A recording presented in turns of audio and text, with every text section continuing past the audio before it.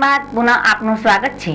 સમાચારોમાં આગળ વધીએ। બનાસકાંઠા જિલ્લા સહકારી દૂધ ઉત્પાદક સંઘ દ્વારા મિલ્ક ડે અને મહિલા જાગૃતિની ઉજવણી પ્રસંગે ઝોનલ કક્ષાની મીટિંગો રાખવામાં આવતી હોય છે, જેમાં દૂધ મંડળીઓ અને બનાસ ડેરી સંઘ સાથેની રોજીબરોજની સમસ્યાઓનું સ્થળ પર ચર્ચા વિચારણા કરી નિરાકરણ લવાય છે।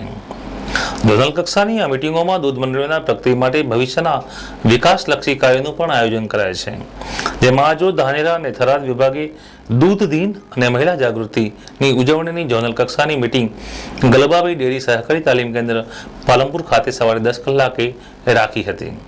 તેમાં મોટી સંખ્યામાં ધાનેરા અને થરાદ વિભાગના દૂધ ઉત્પાદકો ઉમટી પડ્યા હતા। આ મીટિંગમાં ચેરમેન પરથીભાઈ ભટોળ તેમજ મંડળીઓના ચેરમેનો તેમજ મંત્રીઓ તથા વ્યવસ્થાપક કમિટી સભ્યો અને મોટી સંખ્યામાં ઠેર ઠેરથી આવેલા દૂધ ઉત્પાદકો હાજર રહ્યા હતા। દૂધ ઉત્પાદકની આ મીટિંગમાં હજારો દૂધ ઉત્પાદકોએ વિકાસશીલ બનાસ ડેરી અને વિકાસને વેગ આપવા સતત કર્મશીલ બની પોતાનું અમૂલ્ય યોગદાન આપતા ચેરમેન પરથીભાઈ ભટોળથી કૃતજ્ઞ બન્યા હતા। જો કે આ ઝોનલ મીટિંગમાં હાજર રહેલા સભ્યોમાં તાજેતરમાં જ બનાસ ડેરીને બદનામ કરવા વહેતા કરેલા હેતુપૂર્વકના સંદેશાઓ અને જાહેરાતોની કોઈ જ અસર દેખાતી ન હતી। તમામ સભ્યો એક સંપ અને એક મંચ ઉપર ઉભા રહી વિકાસશીલ બનાસ ડેરીમાં તેમજ ચેરમેન પરથીભાઈ ભટોળના પડખે ઉભા દેખાયા હતા। આચરણ અને ઉચ્ચારણમાં મોટો ફરક હોય છે। બનાસ ડેરીનો વિકાસ એ કર્મશીલ બની ડેરી ચેરમેન પરથીભાઈ ભટોળ દ્વારા કરાયેલું પ્રમાણિક પૂર્વકનું આચરણ કહી શકાય, જ્યારે ઉચ્ચારણ એટલે તાજેતરના થયેલા વિવાદાસ્પદ આક્ષેપો જેને કોઈ ઠોસ સમર્થન મળતું નથી। જેથી આ મીટિંગમાં ચોમેરથી એક માત્ર અવાજ સાંભળવા મળતો હતો કે પરથીભાઈ યુ આર ગ્રેટ। આ ઝોનલ મીટિંગમાં રાજ્યના આરોગ્ય અને પરિવાર કલ્યાણ વિભાગના મંત્રી શ્રી પરબતભાઈ પટેલ પણ હાજર રહ્યા હતા। તેઓએ સખેદ જણાવેલ કે બનાસ ડેરી વિકાસશીલ બની જિલ્લાનું નામ વિશ્વ કક્ષાએ પ્રથમ ક્રમાંક મેળવી શકે છે। તે ફક્ત કર્મ, પ્રમાણિકતા અને સહિયારા પ્રયત્નોને આભારી છે। મંત્રી શ્રી પરબતભાઈએ બનાસ ડેરીની પરથીભાઈ ભટોળની પ્રમાણિકતામાં પોતાનો સૂર મિલાવી ડેરીની વિકાસ બાબતે સંતોષ વ્યક્ત કર્યો હતો। આજરોજ ધાનેરા વિભાગ અને થરાદ વિભાગના દૂધ મંડળીઓનો અહીંયા ગુજરાત મિલ્ક માર્કેટિંગ ફેડરેશન અને બનાસ ડેરીના સહયોગથી અમે મિલ્ક ડે યોજ્યો હતો, જેમાં હજારોની સંખ્યામાં ખેડૂતો, અમારા સભાસદો અને મંત્રી ભાઈઓ, ચેરમેનશ્રીઓ વગેરે સૌ ઉપસ્થિત રહ્યા હતા। અમે અમારા ડેરીના પ્રશ્નોની અને આવનાર ભવિષ્યમાં એના વિકાસ અંગેની આજે રોજ વાતો કરી છે।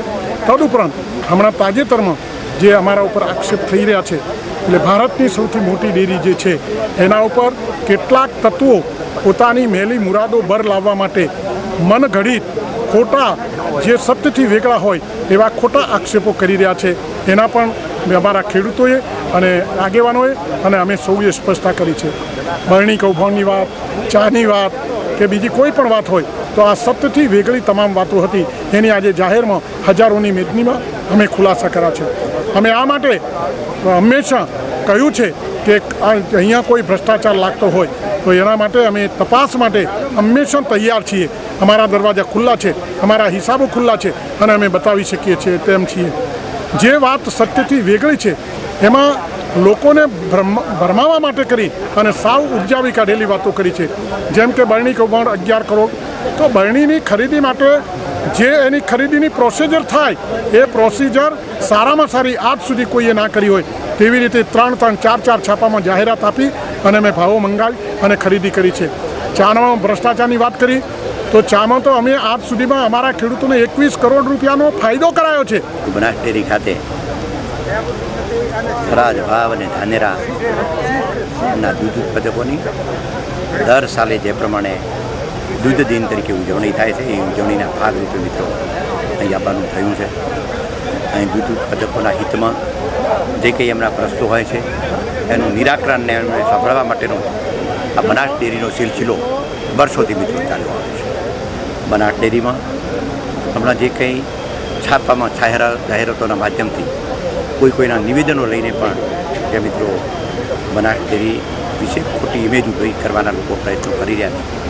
એમાં મારા પોતાના નામે જ ગુજરાત સમાચારમાં જે નિવેદન મિત્રો આવ્યું હતું, જે બાબતમાં મને ખ્યાલ પણ બિલકુલ નહીં, જેમ મારા નામે આવ્યું એમાં અત્યાર સુધી જે જાહેરાતો છે એમાં કેટલાય મિત્રોના નામે ખોટા નિવેદનો આપશે આપવામાં આવતા હશે, જેમાં જેમ હું છું એમ મારા નિયામક મંડળના સભ્ય ભાઈ શ્રી જોઈતાભાઈ, અમારા નિયામક મંડળના સભ્ય અને ડેરીના વાઇસ ચેરમેન આદરણ શ્રી જોરાભાઈના નામે પણ એ જ રીતે ખબર વગરના મિત્રો નિવેદનો બનાસ ડેરીના વિરુદ્ધમાં આપવામાં આવે અને બનાસકાંઠાના જિલ્લા પંચાયતના પ્રમુખ દલસંગભાઈના પણ નામે આવા નિવેદનો આવ્યું કે બધાના ખુલાસા અમે મિત્રો તો કેટલાય હશે કે જે ખુલાસા નહીં પણ આપતા હોય, એટલે માત્ર જાહેરાતોને લીધે અમારી બનાસ ડેરીની જે ઇમેજ છે એ ખૂબ ઊંચી છે.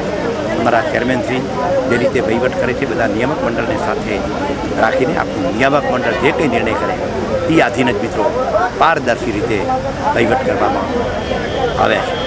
અત્યારે દૂધ ઉત્પાદકોની આજની આ મિટિંગમાં જે લોકોમાંથી જે વાત આવતી હતી કે ભાઈ ડેરીમાં ક્યાંક બળની કૌભાંડવાળી વાત હોય, ક્યાંય ચાના કૌભાંડની તો મિત્રો વાત કરું કે 22 કરોડના કૌભાંડની છાપામાં વાત આવે. પાલનપુરના આંબેડકર ભવન ખાતે આજે વીર માયા સ્મારક ગુજરાત સમિતિની બેઠક યોજાઈ હતી. પાટણમાં માયા ટેકરી ખાતે ગુજરાત સરકારે મંજૂર કરેલ જમીન પર વીર માયા સ્મારકનું બાંધકામ હાલ ચાલુ છે. અંદાજે 60 લાખનો ખર્ચ થયેલો છે, જેમાં પૂર્વ સાંસદો મહેશભાઈ કંડોડિયા તથા જયંતિભાઈ બારોટ દ્વારા તેમના સંસદ સભ્યકાળ દરમિયાન મળેલ ગ્રાન્ટમાંથી 25 લાખ રૂપિયા મંજૂર કરવામાં આવેલા હતા. આ સ્મારકનો અંદાજિત ખર્ચ 1.25 કરોડ રૂપિયા જેટલો થવા જાય છે, જે માટે દાન અને ફાળાની આયોજન માટેની આજે બેઠક યોજાઈ હતી, જેમાં ગુજરાત અનુસૂચિત જાતિના અધ્યક્ષ ઝવેરભાઈ ચાવડાએ વીર માયા સ્મારકની ધાર્મિક ગાથા તેમજ અન્ય જરૂરિયાતો બાબતે ચર્ચા વિચારણા કરી હતી. આ બેઠકમાં મોટી સંખ્યામાં લોકો ઉપસ્થિત રહ્યા હતા. ન્યૂઝ બુલેટિન પૂરું કરતા પહેલા મુખ્ય સમાચાર ફરી એકવાર. ડીસામાં